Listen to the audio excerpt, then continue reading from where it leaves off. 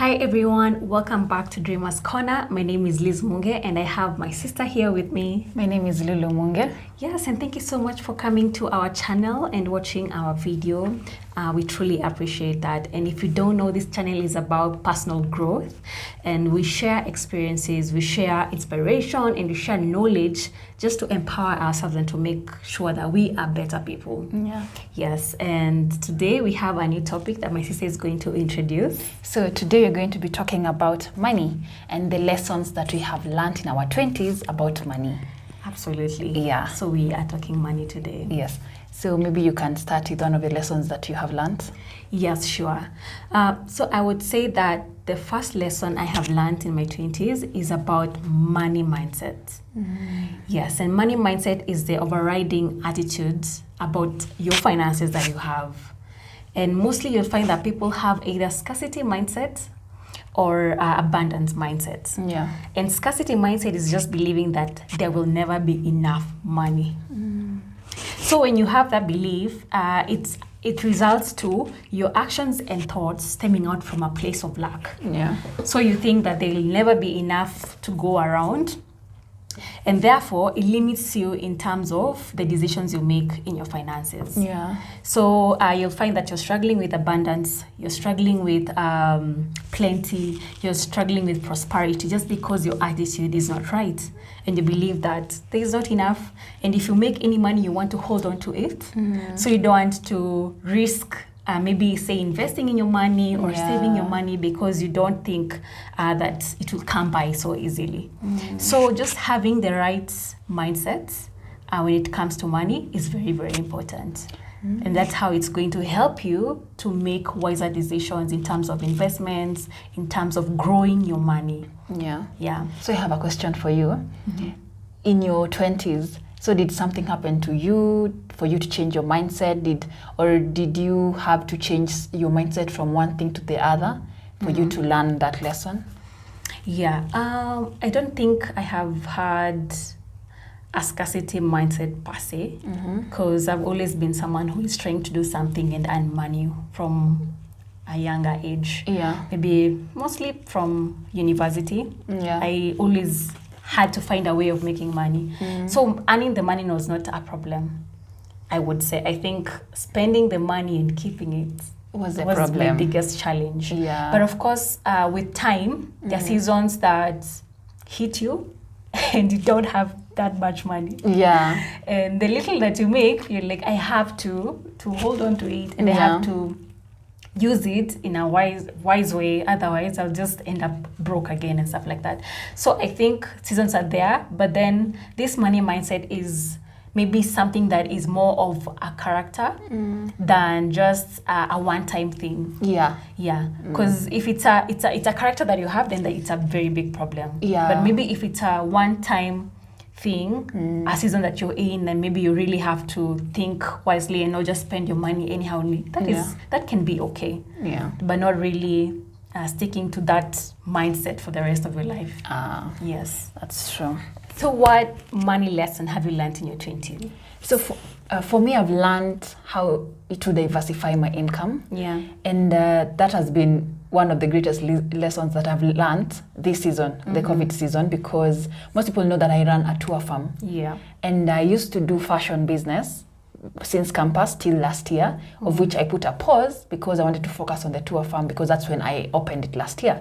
And so now that there's no business in the tour industry, I've had to go back to the fashion business, of which if I had continued with the fashion business and still brought up the tour farm and the tour business, then I would have two income streams, of which now the fashion business would be saving me even better. And so that's one of the greatest lessons that I've learned. And there are very many different ways people can diversify their income. Yeah. So there's passive income and then there's the actual income that you have. Yes. And this doesn't mean that you have to quit your job for you to have an extra income. You can still be in employment and still have your side hustles on the side. And so there are different ways of having different incomes, such as passive income, which is stock exchange, shares, and also you can invest in an upcoming business, in a small business. And that's I think the easiest way you can make money faster or big money in a bigger chunk, because when it comes to investing in small businesses, you can negotiate for bigger shares as compared to investing in an established company. Yeah. And so that's one of the biggest lessons that I have learned. Oh, that's really good. Yeah. Yeah. I can say the same. I have also learned about diversifying my income, because you find that, especially when you're in business, sometimes one business can be low and the other one is working at that moment, or sometimes both of them are okay. So I think it's a very great lesson. The other lesson I have learned is about budgeting. Budgeting is very, very important. I know it's not music to everyone's ears. We don't like budgeting, but it's something that is very, very necessary. And this is tracking our expenses and tracking our income as well, so that we can make better choices and decisions when it comes to our finances. And about tracking our finances, it is very important because you need to know how much you spend and how much you earn, so that you can, again, make that plan to be better. And how can you track your expenses? You can do it in different ways. One, you can do it just using your notebook or a budgeting notebook as well. A kawaida notebook or a budgeting notebook that I will show you. Or you can also use an app. There are many apps out there that you can use to track your expenses, like Spending Tracker and also Wallet and others. And all you need to do is key in your expenses and key in your income. For example, at the beginning of the month, you can key in your income, say salary. For example, you earn an income of 100,000. So you key in your income and then you start keying in your expenses one by one. And then it will always show your balance.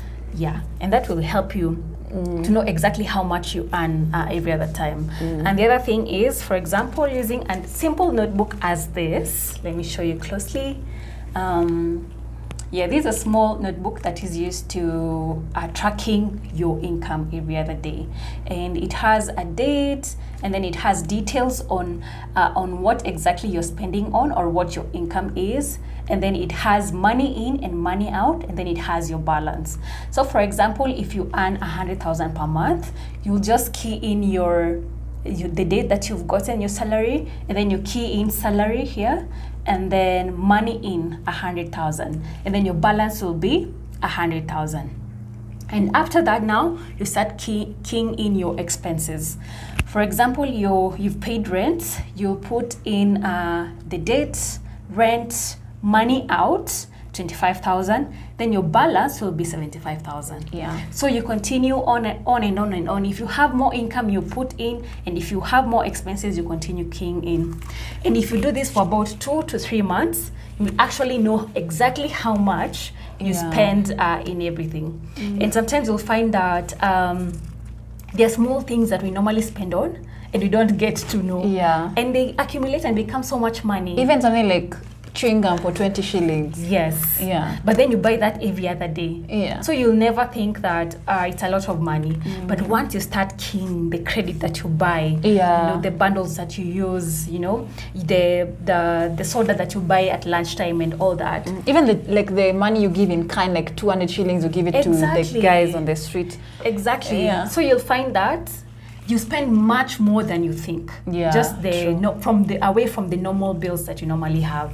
So I would encourage people to just try and track your expenses, maybe for about 2 months, and then from there, now you know exactly how much you spend every other time, so that you can make better plans. And something else is when it comes to budgeting, is spending more through cash and not cards, M-Pesa, or internet banking, because the small charges, the transaction charges, they accumulate and become more every other time that we use. So to help with the cash, you can always withdraw your money at the beginning of the month. Once you get your salary, you withdraw it. You withdraw it. And then you get it in cash, and then you can use something simple as dividers. Doesn't have to be very complicated or fancy. Just a simple thing as this paper, it can help you plan your money better. So this is what I am using currently. Don't judge me. I simply take a printing paper and then I write what the expense is. Like, for example, this is just water. And then I'll write the expense, what it is. And then at the corner, I'll write the amount of that expense. So I'll do that with every other expense. I'll just show you some of them. For example, this is water. You can see this is Wi-Fi. This is fuel. No, this is also miscellaneous. You need to have some money that you in case of an emergency or in case something, of something you're going to reach for. Yeah. So this will help you not to overspend on something else. Yeah. And of course, you start with the main bills. You can't start with entertainment. A budget for entertainment, and you've not paid your rent, you've not paid your water, you've not paid your you don't electricity, even have food, you don't have but food. you're paying Wi-Fi. Exactly. Yeah. So priorities. We need to get the priorities straight. Yeah. Yeah. So this will help you a lot to know when you're spending more than you should. Yeah. True. Whether it's on food, whether it's on transport, you've been just going everywhere using Uber and you're not supposed to be using Uber every other time, you will know that. Yeah. And then it will help you to either know where you can reduce your expenses and where you can also add, for example, in terms of your savings and in terms of your investments. That's so true. Yeah, so I hope that is a really good tip that can help you to budget your money better. Yeah, so for me, that's really important. So for me, another lesson I've learned is savings and investment. Yeah. And it ties also with what you've just said about budgeting, because there are ways, once you budget your money, you'll get to know what you need to reduce on, what you need to add, where you can save some money from. If maybe you eat a lot out, you can say, maybe this month I'll be cooking my own food and then maybe eat out once a week. So you see you'll have saved a lot, some cash from that, then you use it in savings. And I recently finished a book called The Richest Man in Babylon, and it says you should save 10% of your earnings. Once you get your money, once you get your salary, once you pay yourself from your business, take the 10% and save it. Before you even pay your bills, before you do anything, you should save first. And then once there are different ways you can save your money, of course. You can just put it in a locked account where it just earns interest with time. That is in the banks and SACCOs. You can also save your money in SACCOs, and that's good because SACCOs are good because you get to access loans easily. You get to access more money than as compared to banks. And then now once you have money saved, and it's enough to invest, you can now invest in bigger investments such as buying land, buying a car that you can use for business, or investing in your own business, investing money back to your business, investing money in small businesses, investing money in different ways. So investing is very important, especially in times like this. It's the best time to buy stocks and shares. Because most companies have dropped in terms of the share capital. So this is the best time to buy shares, and it has to be companies that are promising, not ones that are closing down. Yeah, because it can go either way. It can go either way, and you have to, with the investing, it's the riskier investments you have, the more returns, of course, they always have, but it's 50-50. You can lose, you can gain, but the people who take the risks are the one who get to know what's on the other side. Very true. Yeah, so that's one of the lessons that I have really learned, and it has made me now be very cautious about my spending and very cautious about where my money is going and how I'm saving my money and what kind of investments I want to get into and kind of investments that I've already gotten into. Yeah. So yeah. The other lesson I have learned is about debts. I'm sure everybody at some point in their lives, they've had to borrow money for one reason or the other. Especially now that you can access loans so easy. There's Tala, there's Shwari, there's Okash. Is there's Okash? I think so. There's something like Okash. Hey, mommy, you've been copying out here. Actually, I don't like. You know, she doesn't like. I don't like at all. I love debts. Okay. If I can avoid debts, the better for me. I don't like debts. I like debts because I can access money so easily, but I don't like staying with debts for so long, so I end up paying them so fast. Yeah. So for debts, I think it's only necessary to take them when you need them, not just to take it for the sake of it. Yeah. Because you want to go out with your friends and then you ask your friend, oh, can you help me with 5K? Just to go and spend it on a meal and stuff like that. I don't think that is very necessary. Yeah. So I think the first lesson is to only take the loans or the debts when you need them. Yeah, true. Yeah. And when you take them, you should be able to pay them within the shortest time possible. Yeah. And effectively. Yeah. For example, if you are taking a loan with a bank or with a SACCO or with someone, then don't prolong it to be so long because also the interests. The more interest increase. it will accrue. Yeah. Yes. So that is one thing. Make sure that the time frame is reasonable. Yeah. Also, don't overwhelm yourself too much that you end up now stressing over other things and not making progress in maybe your bills, you're late with your bills and stuff like that. So that is the other lesson. And then the last lesson is to be able to prioritize your loans, the way you pay them off. So normally it's advised that 10% of your income or salary should go to paying debts. That is if you have debts. Yeah. That is also from the richest man in Babylon. Yeah.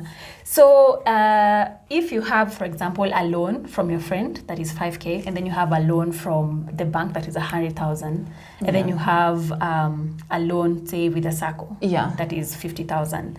So the priority should be to finish the smallest debt first as you progress to the bigger debts. Yeah. And if you earn 100,000, you've allocated 10%, that is 10,000 Kenya shillings. So how you can assign your debt first would be pay off 3,500 to the smaller debt, the 5K from M-Shwari. Then you go to the SACCO. You have 50,000. So you pay that 500. Then you'll have 3,000. Then you pay off from the bank. Yeah. And then when you next month, you'll have a balance of 1,500 from M-Shwari. Then that one you'll be able to clear. You still have the 10,000, right? So you'll be able to clear the M-Shwari. Exactly. Whether it's M-Shwari or your friend. Or Tala. You'll be able to clear the small debt first. Then you have now 2 debts and you have 10,000. Then now you can allocate the 10,000 between the 2 debts. One you can allocate maybe 50-50. Or depending with the urgency as well. You can allocate maybe the bigger one 6,000 and the other one 4,000. And then naturally the second debt will end. It will be the second one to end, and then you remain with this other one. And then now the 10% you can fully allocate it to the bigger debt, which is the 100,000 debt. And that's how you should ideally be paying off your debts. Yes. So pretty much that's it about debts. Don't just borrow for the sake of borrowing. Borrow when it's necessary. And then prioritize in terms of paying them off. And within the ideal time frame allocated. Just to add on that, when you find yourself taking a lot of money and a lot of loans, just know that you're living above your means. Definitely. If you're always constantly on loans and borrowing, you're just living above your means. So check on that. It's a red flag. It is. Either you find a way of diversifying your income so that you have more income coming in, or you just stop borrowing and lower your expenses. Exactly. Yes.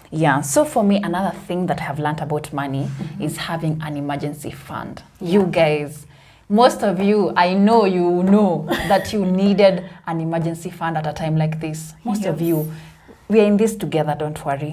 So an emergency fund is money allocated and put aside for an emergency.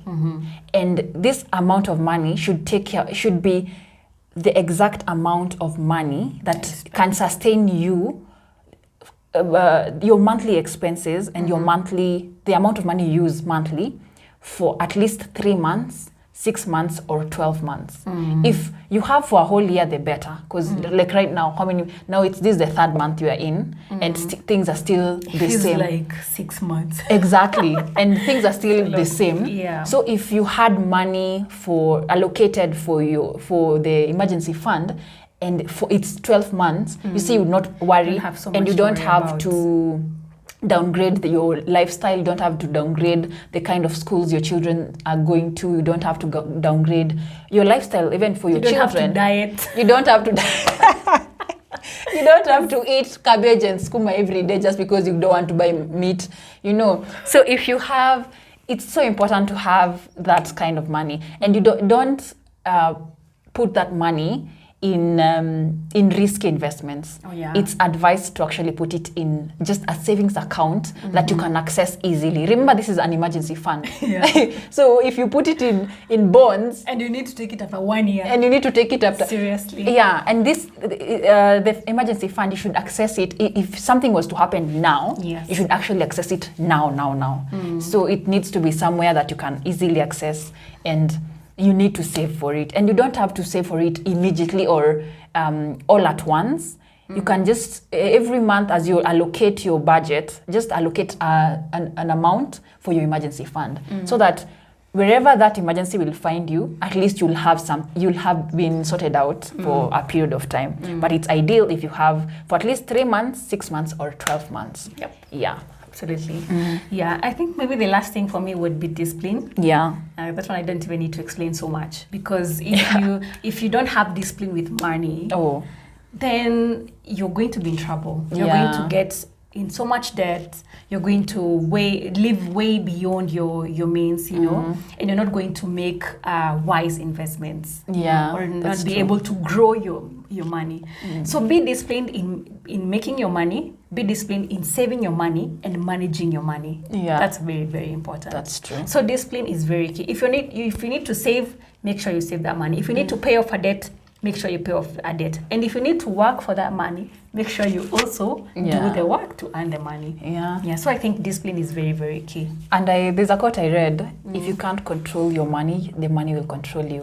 Yeah, definitely. Yeah, you need to take charge of your money. Yes. So the last lesson that I have learned is paying yourself first. Especially people in businesses. We know there are times you get money, then you're like, what? Let me invest it back. You're investing it all back to the business. So at the end of the day, then there are times the business can fail, or maybe the money you've invested back doesn't give you the return that you expected. So you end up being frustrated that you didn't get money. So the first thing you do is pay yourself first. Then the rest will just align themselves. And it's advised to pay yourself first with 10% of every amount you get. Yeah. Not 50%. Not 50%.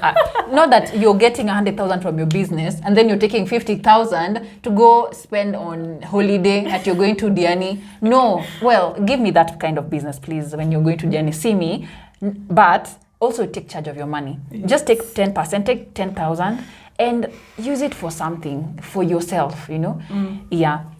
Even people who are employed, in as much as you're allocating your budget, your rent and everything, if you're earning 100,000, take 10% of that and pay yourself. And you don't have to pay yourself with maybe buying a Gucci bag or anything. There are different ways of paying yourself. You can put different accounts. Maybe you can say at the end of the year I want to travel, or this thing that maybe Jimmy Choo shoes. You want to buy and it's quite expensive. You don't have to buy it all at once, but you just put an account, a separate account, and start saving pole. So that with time you get to reward yourself, at the same time taking charge of your money, and still being happy and enjoying the labor of your work. Yes. Yeah. Oh, that's very true. Yeah, so I think those are some of the lessons we've learned. Yeah. I don't know about you. Could you maybe tell us what you have learned about money so far? It could be in your 20s, it could be in your 30s, your 40s. Yeah, however old you are, please share with us some lessons so that we can also learn as early or as soon as possible. Yeah. And I hope you have enjoyed this video. I hope you have learned something from it. And we're going to do some money series. Yeah. And we'll be talking more about money matters. It could be investments, it could be in terms of savings, even budgeting. We're going to go into them in more detailed. And also bring other people on board. So we can also get more views and from experts as well. So stay tuned and make sure you have subscribed. If you haven't subscribed, please make sure you subscribe so that you get notifications on every time that we post a new video. Yeah. Yeah, and then you won't have to miss on Yeah. any of our content. And we'll be posting every Monday at 8:30. Every Monday So 8:30. always stay tuned for new videos and new exciting things. So for this money series, we'll bring in experts. Yeah. Yes. So that you can get more information, know where what to do with your money, where to put it, and just to expand your knowledge on money matters. Because I've realized so many people actually don't have their money in control. Their money is controlling them. Yeah, and especially we normally think that when we are young, we don't need to stress about those kind of things, but it's very important. The earlier you do these things, the better. more fruits you're going Reward. to get in your old age. Yeah. So I think it's very, very important. It's important Yeah. to talk about it. Yeah. Yeah. So thank you very much for watching our video. If you have reached this far, Bye, dreamers. And don't forget to subscribe. Bye. See you next time.